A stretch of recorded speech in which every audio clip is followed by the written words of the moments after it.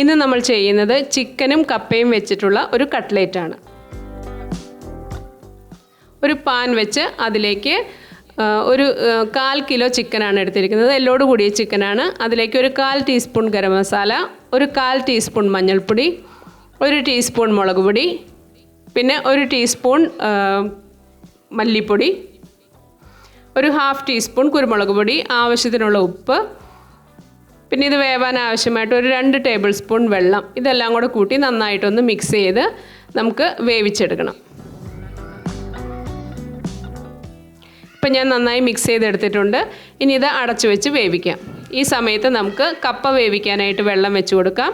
വെള്ളം തിളച്ച് കഴിയുമ്പോൾ അതിലേക്ക് ആവശ്യത്തിനുള്ള ഉപ്പിട്ട് കൊടുത്ത് ഒരു 4 കഷ്ണം കപ്പയാണ്, അതുകൂടി ഇട്ട് കൊടുക്കാം. ഇനി അടച്ചു വെച്ച് വേവിക്കാം. ഈ സമയത്ത് ചിക്കൻ്റെ കാര്യങ്ങൾ നോക്കാൻ മറക്കണ്ട. അതൊന്ന് ഇടയ്ക്ക് ഇളക്കി കൊടുത്ത് നമുക്ക് വീണ്ടും അടച്ചു വെച്ച് വേവിക്കാം.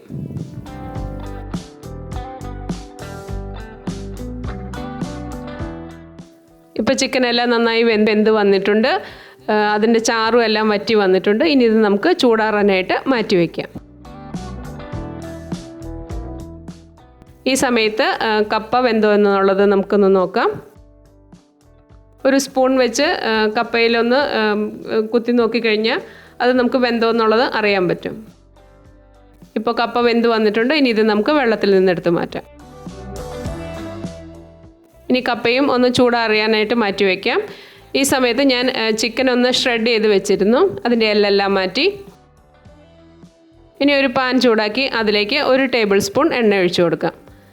ഒരു ചെറിയ സവാള ചെറുതായി അരിഞ്ഞത് അതൊന്ന് ചെറുതായിട്ട് വഴറ്റി കൊടുക്കാം.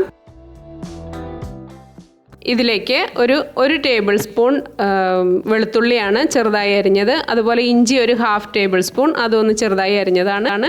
2 പച്ചമുളക്, അതും വളരെ ചെറുതായി അരിഞ്ഞെടുത്തതാണ്. ഇതെല്ലാം കൂടെ കൂട്ടി ഒന്ന് നന്നായി വഴറ്റിയെടുക്കാം.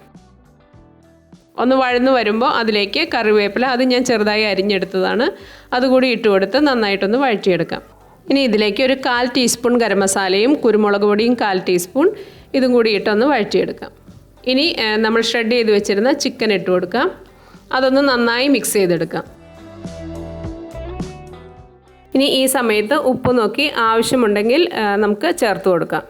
എനിക്കൊരല്പം ഉപ്പ് കുറവുണ്ടായിരുന്നു, ഞാനത് ചേർത്ത് കൊടുത്തിട്ടുണ്ട്. ഇനി നന്നായിട്ടൊന്ന് മിക്സ് ചെയ്തെടുക്കാം. അതിനുശേഷം നമുക്കിതൊരു ബൗളിലേക്ക് കോരി മാറ്റാം. ഇനി ഇതിൻ്റെ കൂട്ടത്തിൽ ഞാൻ കപ്പ ആദ്യം ഒന്ന് മാഷ് ചെയ്ത് വെച്ചിട്ടുണ്ടായിരുന്നു, നന്നായി ഉടച്ചെടുത്തിട്ടുണ്ട്. ഇനി അതും ഈ ചിക്കനിലേക്ക് ഇട്ട് കൊടുത്തതിന് ശേഷം നന്നായിട്ടൊന്ന് മിക്സ് ചെയ്തെടുക്കണം.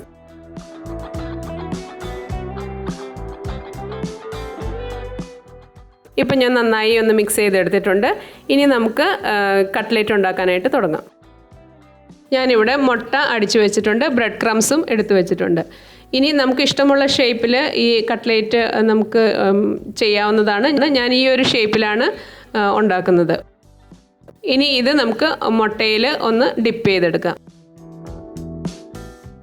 അതിനുശേഷം ബ്രെഡ് ക്രംസിൽ നന്നായിട്ടൊന്ന് റോൾ ചെയ്തെടുക്കാം.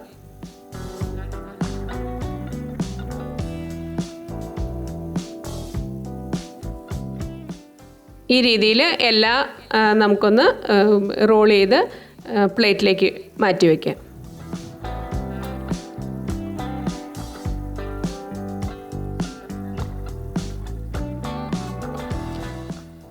ഇപ്പോൾ എല്ലാം ഞാൻ റോൾ ചെയ്ത് വെച്ചിട്ടുണ്ട്. ഇനി ഇത് നമുക്ക് ഫ്രൈ ചെയ്യാം. അതിനായിട്ട് ഒരു പാൻ ചൂടാക്കി അതിലേക്ക് ഫ്രൈ ചെയ്യാൻ ആവശ്യമായ എണ്ണ ഒഴിച്ചു കൊടുക്കാം. എണ്ണ ചൂടായി വരുമ്പോൾ അതിലേക്ക് നമുക്ക് എടുത്ത് മാറ്റി വെച്ചിരുന്ന ഈ കട്ട്ലേറ്റ് നമുക്ക് ഇട്ട് കൊടുത്ത് ഫ്രൈ ചെയ്തെടുക്കാം.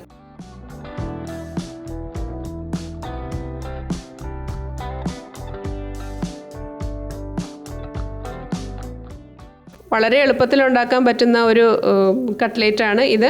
ഒരു വ്യത്യസ്തതയ്ക്ക് നമുക്ക് ഈ രീതിയിലൊന്ന് ചെയ്തു നോക്കാവുന്നതാണ്. വളരെ ടേസ്റ്റിയുമാണ്. നമ്മുടെ കട്ട്ലേറ്റ് റെഡി ആയിട്ടുണ്ട്. ഇനി ഇത് നമുക്കൊരു പ്ലേറ്റിലേക്ക് കോരി മാറ്റാം.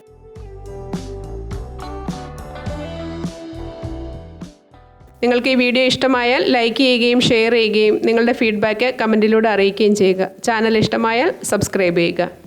Thank you. ഇതിൻ്റെ പുറം ഭാഗം വളരെ ക്രിസ്പിയാണ്, എന്നാൽ ഉള്ളിൽ നല്ല സോഫ്റ്റ് ആയിട്ടുള്ളതും നല്ല ടേസ്റ്റിയുമായിട്ടുള്ള ഈ കട്ട്ലേറ്റ് നിങ്ങൾ വീട്ടിലൊന്ന് ട്രൈ ചെയ്ത് നോക്കുക.